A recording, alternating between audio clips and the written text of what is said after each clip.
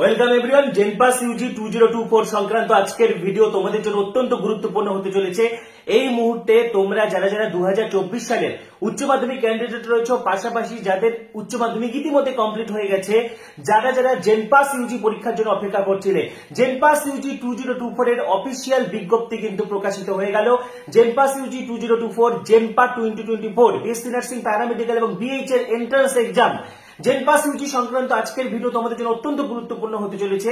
Form fill up কবে থেকে শুরু হচ্ছে, পাশাপাশি কিভাবে প্রস্তুতি নিবে, কি কি বই পড়তে হবে, ঠিক আছে, আর তারপরে সিলেবাস কি রয়েছে, এক্সাম প্যাটার্ন কিরকম হবে, কারা কারা যোগ্য, এলিজিবিলিটি ক্রাইটেরিয়া কি রয়েছে, বয়সের যোগ্যতা কি কি রয়েছে, শিক্ষাগত যোগ্যতা কি কি রয়েছে, সমস্ত তথ্য আজকের ভিডিওতে শেয়ার করবো। তার আগে বলছি যারা আমাদের চ্যানেলে নতুন ভিডিও দেখছো এখন সাবস্ক্রাইব করো। নার্সিং প্যারামেডিক্যালের সমস্ত ভিডিও তোমরা এখানেই পাবে, সুতরাং জেনপাসের সমস্ত আপডেট পাওয়ার জন্য এখানেই সাবস্ক্রাইব করো, পাশে থাকা বেল আইকনটা অবশ্যই প্রেস করো এবং ভিডিওটি প্রচুর প্রচুর প্রচুর শেয়ার করো। কি কি বই পড়তে হবে সবকিছু আজকে বলে দিচ্ছি। তো প্রথমে জেনপাস ইউজি 2024 জেনপাসের মাধ্যমে যে কোর্সগুলোতে ভর্তি নেওয়া হয় তোমরা যারা জানো, তারা ইতিমধ্যে যারা পরীক্ষা দিয়েছো জানো, কিন্তু যারা নতুন সকলের জন্য বলে রাখছি, জেনপাস ইউজিতে কিন্তু বিএসসি নার্সিং, প্যারামেডিক্যাল, বিএইচএ সহ 10টি কোর্সে ভর্তির জন্য এই এন্ট্রান্স পরীক্ষা দিতে হয়, ঠিক আছে। প্রথম কথা কি কি দেখো, BSc nursing, BPT, physiotherapy, BMLT খুব ভালো course, medical laboratory technology, CCT critical care technology, OTT operation theatre technology, PT এটা হচ্ছে perfusion technology, PA physician assistant, MMB medical microbiology, BVSO vision sciences and optometry এবং BHA hospital অ্যাডমিনিস্ট্রেশনের bachelor degree course. এই 10টি কোর্সে ভর্তির জন্য কিন্তু তোমাদেরকে জেনপাস ইউজি ডাব্লিউবিজেই এর আন্ডারে তোমাদেরকে জেনপাস ইউজি এক্সামিনেশন দিতে হবে, ঠিক আছে। তুমি সরকারিতে ভর্তি হও বা বেসরকারিতে ভর্তি হও, জেনপাস ইউজি পরীক্ষা দেওয়া কিন্তু বাধ্যতামূলক, ঠিক আছে। এবারে দেখো এই আন্ডারে এর যে 10টা কোর্সের আন্ডারে সবচেয়ে পপুলার কোর্স হচ্ছে বিএসসি নার্সিং, ঠিক আছে, ভীষণ ভালো কোর্স। তাছাড়া বিএমএলটি ভীষণ ভালো কোর্স, মেডিকেল ল্যাবরেটরি টেকনোলজি, এটা ডিগ্রি কোর্স। প্যারামেডিক্যালের মধ্যে সবচেয়ে বেস্ট কোর্স হচ্ছে বিএমএলটি। তারপরে যেটা ভালো কোর্স রয়েছে ওটিটি অপারেশন থিয়েটার টেকনোলজি, ভীষণ ভালো কোর্স। তারপরে রয়েছে সিসিটি ক্রিটিক্যাল কেয়ার টেকনোলজি, এটাও ভালো কোর্স। পাশাপাশি অপটোমেট্রিটা এখন চলছে, ঠিক আছে। তো এই সমস্ত কোর্সগুলো কিন্তু ভীষণ ভালো এবং অবশ্যই বিএইচএ হসপিটাল অ্যাডমিনিস্ট্রেশনের ব্যাচেলর ডিগ্রি কোর্স। তো এই 10টি কোর্সে ভর্তির জন্য জেনপাস ইউজি পরীক্ষা নেওয়া হবে, ঠিক আছে, ক্লিয়ার। এবার আসছি কারা কারা যোগ্য। প্রথম কথা 1 থেকে 9 নম্বর পর্যন্ত যে কটা কোর্স রয়েছে, যেরকম বিএসসি নার্সিং সহ প্যারামেডিক্যালের মধ্যে ফিজিওথেরাপি রয়েছে, মেডিকেল ল্যাব টেকনোলজি রয়েছে, ঠিক আছে। তারপরে রয়েছে CCT, OTT, PT, PA physician assistant, medical microbiology, BVS optometry. 1 থেকে 9 নম্বর কোর্সের জন্য উচ্চ মাধ্যমিকে ফিজিক্স, কেমিস্ট্রি, বায়োলজি এই 3টি সাবজেক্টে পাশ করতে হবে এবং এই 3টি সাবজেক্ট মিলে কম করে 45% নম্বর যাদের থাকবে তারা অ্যাপ্লাই করতে পারবে। আবারও বলছি, বিএসসি নার্সিং এবং প্যারামেডিক্যালের জন্য এইচএসএ ফিজিক্স, কেমিস্ট্রি, বায়োলজি, অনেকের physics, chemistry, math, biology 4 subject, কোনো ব্যাপার নয়।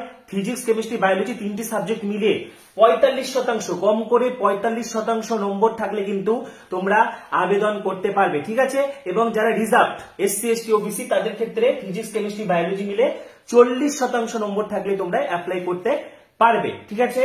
এবং সবচেয়ে বড় কথা, বিএইচএ এই কোর্সটার জন্য আর্টস, সায়েন্স, কমার্স সকলে এলিজিবল। তুমি উচ্চ মাধ্যমিক আর্টস নিয়ে পড়েছো, সায়েন্স নিয়ে পড়েছো, কমার্স নিয়ে পড়েছো, সকলে কিন্তু এই বিএইচএ কোর্সের জন্য এলিজিবল। অর্থাৎ যারা জিজ্ঞেস করছিলে যে আর্টস নিয়ে পড়লে জেনপাস দেওয়া যাবে কিনা, অবশ্যই দিতে পারবে, কিন্তু শুধুমাত্র বিএইচএ।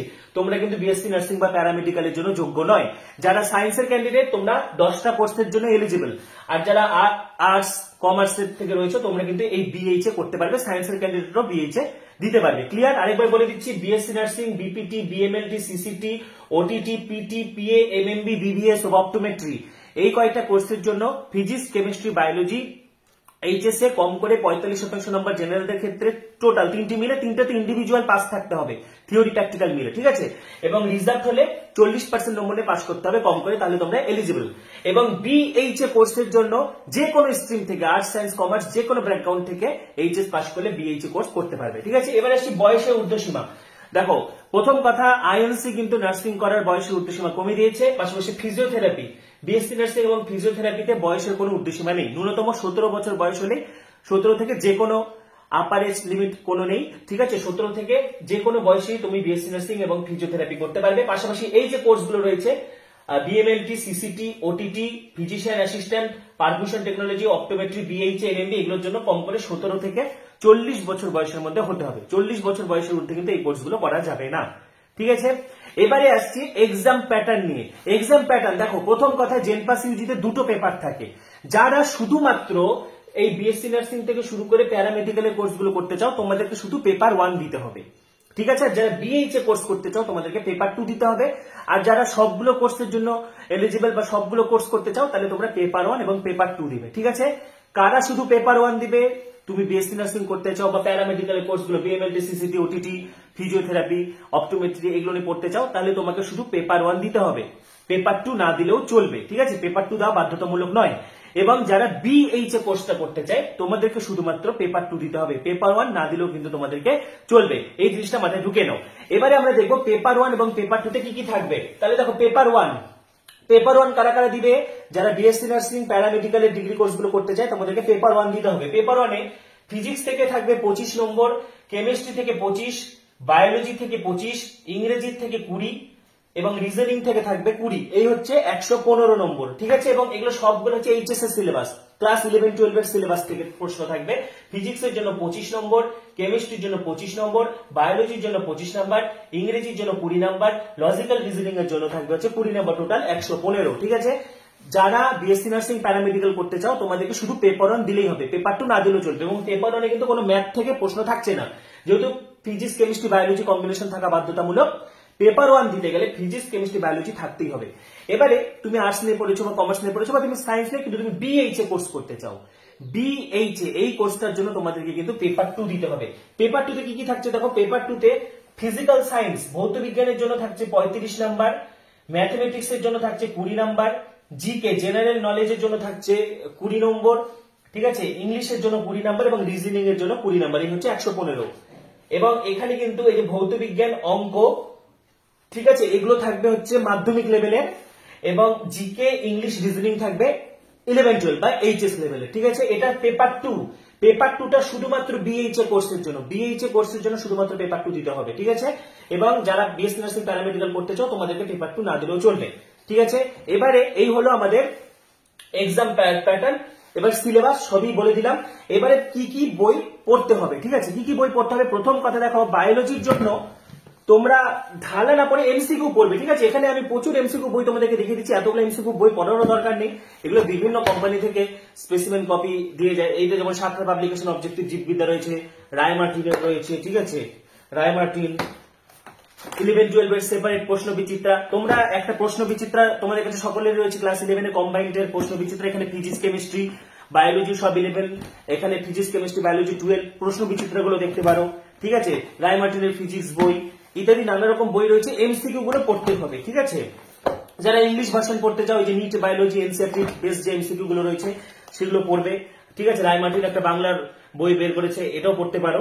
তো নানা রকম বই রয়েছে, তো এগুলো পড়তে হবে। ঠিক আছে, ফিজিক্স, কেমিস্ট্রি, বায়োলজির জন্য। ঠিক আছে, এবং পাশাপাশি তোমরা যারা যারা ইংলিশ পড়তে চাও, ইংলিশ হাইলাইটের বই অথবা অ্যারিহান্টের এই বইটা তোমরা পড়তে পারো, ভীষণ ভালো।